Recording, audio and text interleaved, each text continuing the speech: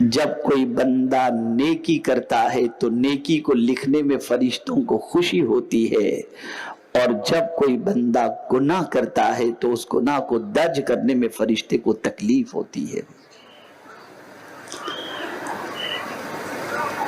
فرمایا گیا جب کوئی بندہ کسی جگہ پر بیٹھ کر عبادت و ریاضت کرتا ہے، ذکر و اذکار کرتا ہے، اللہ کی یاد اور رسول اعظم پر درود و سلام کے اندر اپنے لمحات کو گزارتا ہے، قرآن کی تلاوت کرتا ہے، اور پھر جب اس عبادت کرنے والے بندے کی روح قبض کر لی جاتی ہے اور اس کی روح جب آسمان کی طرف بڑھتی چلی جاتی ہے، عالم ارواح کی طرف جب بڑھتی چلی جاتی ہے، تو جانتے ہیں آپ زمین کیا کہتی ہے؟ زمین کیا کہتی ہے اور فرشتے کیا کہتے ہیں؟ شرح الصدور میں علامہ جلال الدین سیوطی رحمت اللہ تعالی علیہ نے فرمایا، زمین یہ کہتی ہے 40 روز تک روتے ہوئے یہ کہتی ہے، اللہ تیرا کتنا نیک بندہ یہاں پر تھا جو تیری عبادت کر کے ہم کو سکون عطا کیا کرتا تھا، یہ بندہ ہم سے رخصت ہو گیا۔ اور فرشتے کہتے ہیں، اللہ یہ مرنے والا بندہ کتنا اچھا تھا کہ اس کی نیکیاں لے کر تیری بارگاہ میں حاضر ہوتے وقت ہمیں خوشی ہوتی تھی۔ لیکن جب کوئی گناہ کرنے والا، جب کوئی بدکاری کرنے والا، جب کوئی بچت کے نام پر سودی کاروبار اور سود کا کام کرنے والا جب مر جاتا ہے تو فرشتے اور زمین یہ دونوں یہ کہتے ہوئے نظر آتے ہیں، زمین کہتی ہے اللہ تیرا شکر ہے کہ تو نے اس سے ہمیں نجات عطا فرمائی، اور فرشتے کہتے ہیں اے اللہ تیرا شکر ہے کہ اس برے کے دفتر کو لکھنے سے تو نے ہمیں بچا لیا۔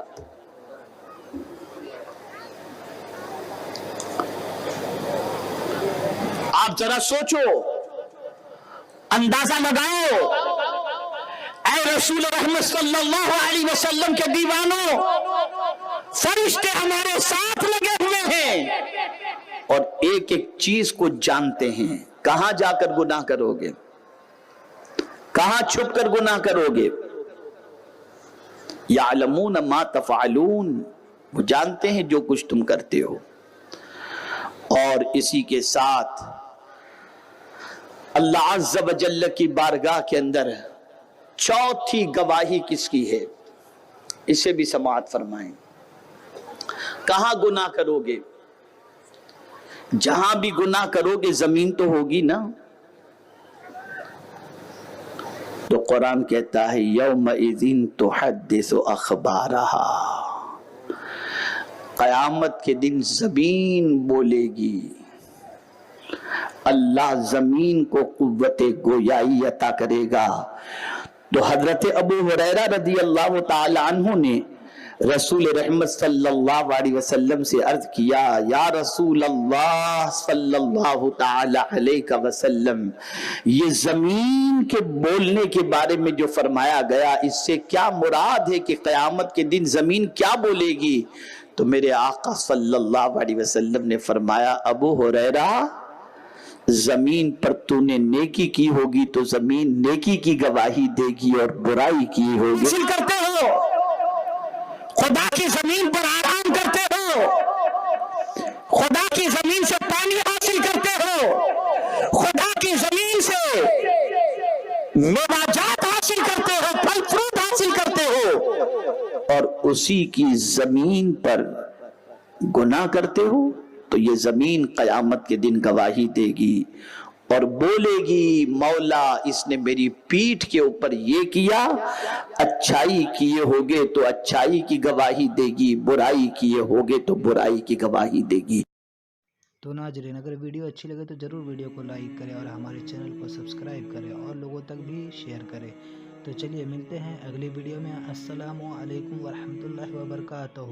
اللہ ہمیں اور آپ کو ہر نیک عمل کرنے کی توفیق عطا فرمائے، ہر بلا مصیبتوں سے، پریشانیوں سے، آفتوں سے، بیماریوں سے حفاظت فرمائے۔